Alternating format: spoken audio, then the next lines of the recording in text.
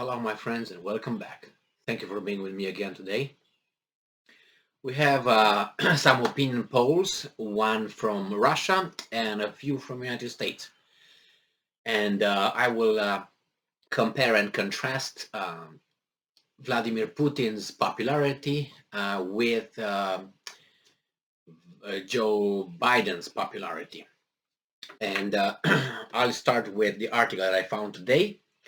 And this is coming from Ukrainska Pravda from June 10th, 2022.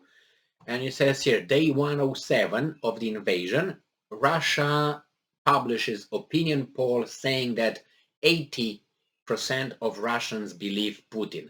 That is 80.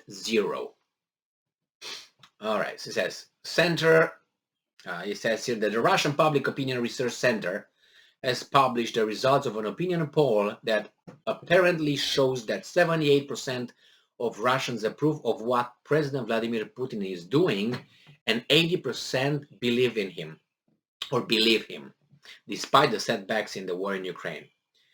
And he says, I'm quoting here from this Public Opinion Research Center poll, and this is, I'm quoting, when asked directly whether they trust Vladimir Putin, 80.8% of respondents answered positively.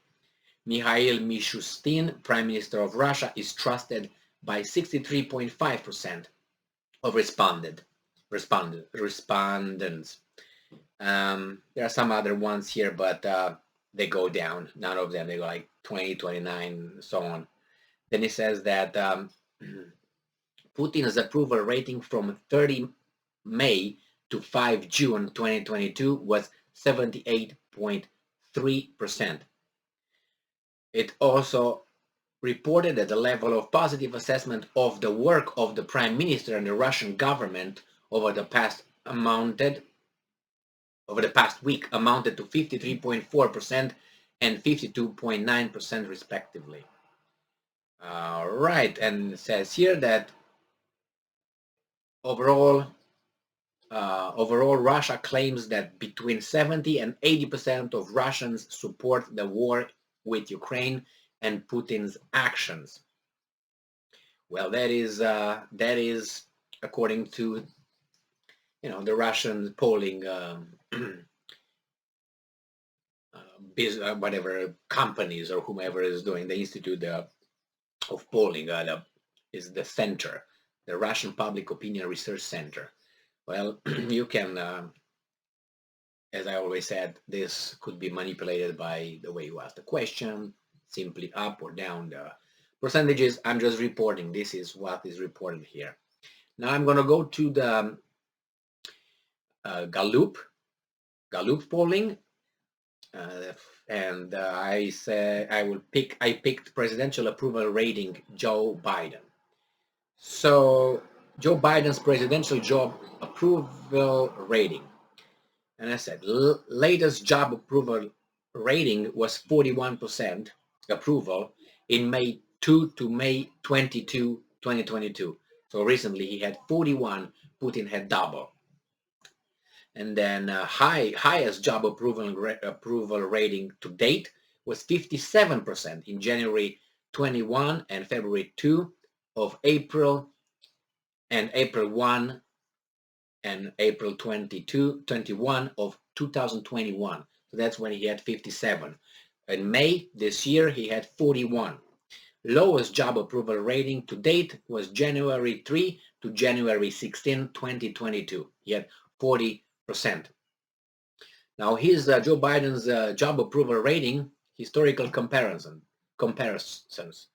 Average for US president is 53 from 1938 to 2022. Average for elected presidents, sixth quarter, 56%. Now we have other elected presidents in May of second year. So they put the same, bracket. Donald Trump had 42 in May 2018. Barack Obama had 48. George Bush, W. Bush, had 77. Bill Clinton had 51. and then we have George Herbert Bush at 45, 42, then Reagan, Carter, 42, Nixon, 58. So not good. Do you approve or disapprove of the way Joe Biden is handling his job as president? In 2022, in May, approve were 41%, disapprove 54%, no opinion 5%. So, as I said, half of the approval rating Putin has. Now, even if we exaggerate with Putin, let's say, how much can you exaggerate? Like double? I mean, maybe you go into 5, but I don't know. I don't know. I'm just saying. So Washington, D.C., from the same Gallup poll, Washington, D.C., during Joe Biden's 5th quarter in office, which began on January 20th and ended on April 19th, an average of 41.3% of U.S. adults approved of the job he was doing as president. The latest average is essentially unchanged from the 41.7% in his 4th quarter, but significantly lower than his first 3 quarters averages. So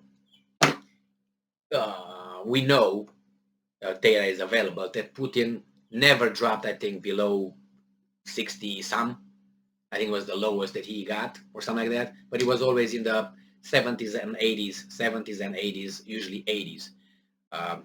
So that's a consistent. Now, the fact that he has, according to the Russian poll, such a high approval rating tells me that, and I also posted another video discussing a different poll of opinion, which was an independent poll of opinion, not a Russian center or something. They came with about 78%. So this was 80%, they won 78. So the numbers are there. And in the previous poll, the one in the independent poll, said that